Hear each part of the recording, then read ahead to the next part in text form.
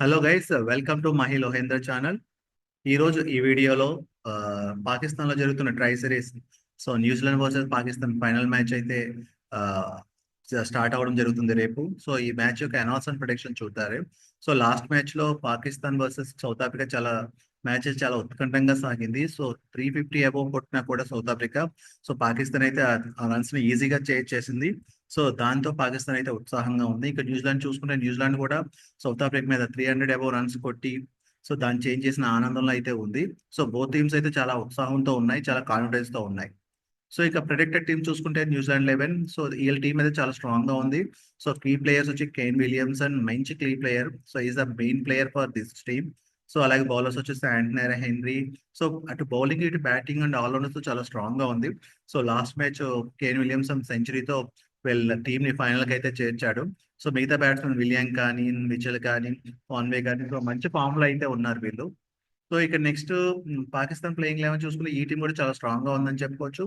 So ఫాకర్ Zaman, Babur రాజా, Mohammed Rizwan. So ఇక్కడ key players చూసుకుంటే ఫాకర్ జమాన్ కానీ, సో మొహమ్మద్ రిజ్వాన్ కానీ లాస్ట్ మ్యాచ్ లో సెంచరీతో అయితే చాలా ఆకట్టుకున్నారు. సో సౌదీ అరేబియా అంత పెద్ద చేజింగ్ ఉన్నా కూడా అలవోకగా చేశారు. సో ఇక ఓవరాల్ గా ఈ టీం చూసుకుంటే అటు బ్యాటింగ్, బౌలింగ్, ఆల్రౌండర్స్ తో చాలా స్ట్రాంగ్ గా ఉందని చెప్పుకోవచ్చు.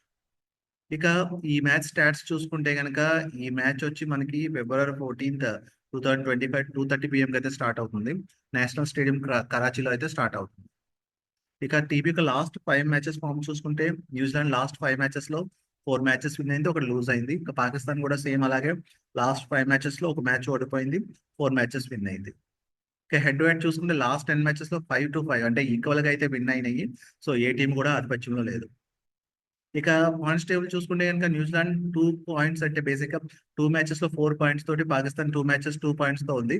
సో రన్ రేట్ బట్టి బేసిక్ గా చెప్పాలి అనుకుంటే సో ఈ టూ టీమ్స్ అయితే ఫైనల్ కి వచ్చాయి.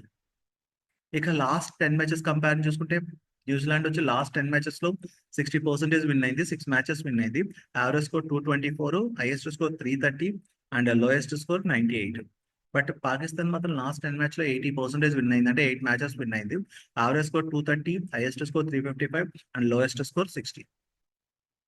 సో వెదర్ రిపోర్ట్ చూసుకుంటే 20% హ్యూమిడిటీ అంటున్నారు, బట్ 0% రైన్ ఛాన్స్ అన్నాడు కాబట్టి సో ఈ మ్యాచ్ అయితే మనం అందరం పక్కాగా ఎంజాయ్ చేయొచ్చు. రైన్ వల్ల మ్యాచ్ కి ఎటువంటి ఆటంకం ఉండదు.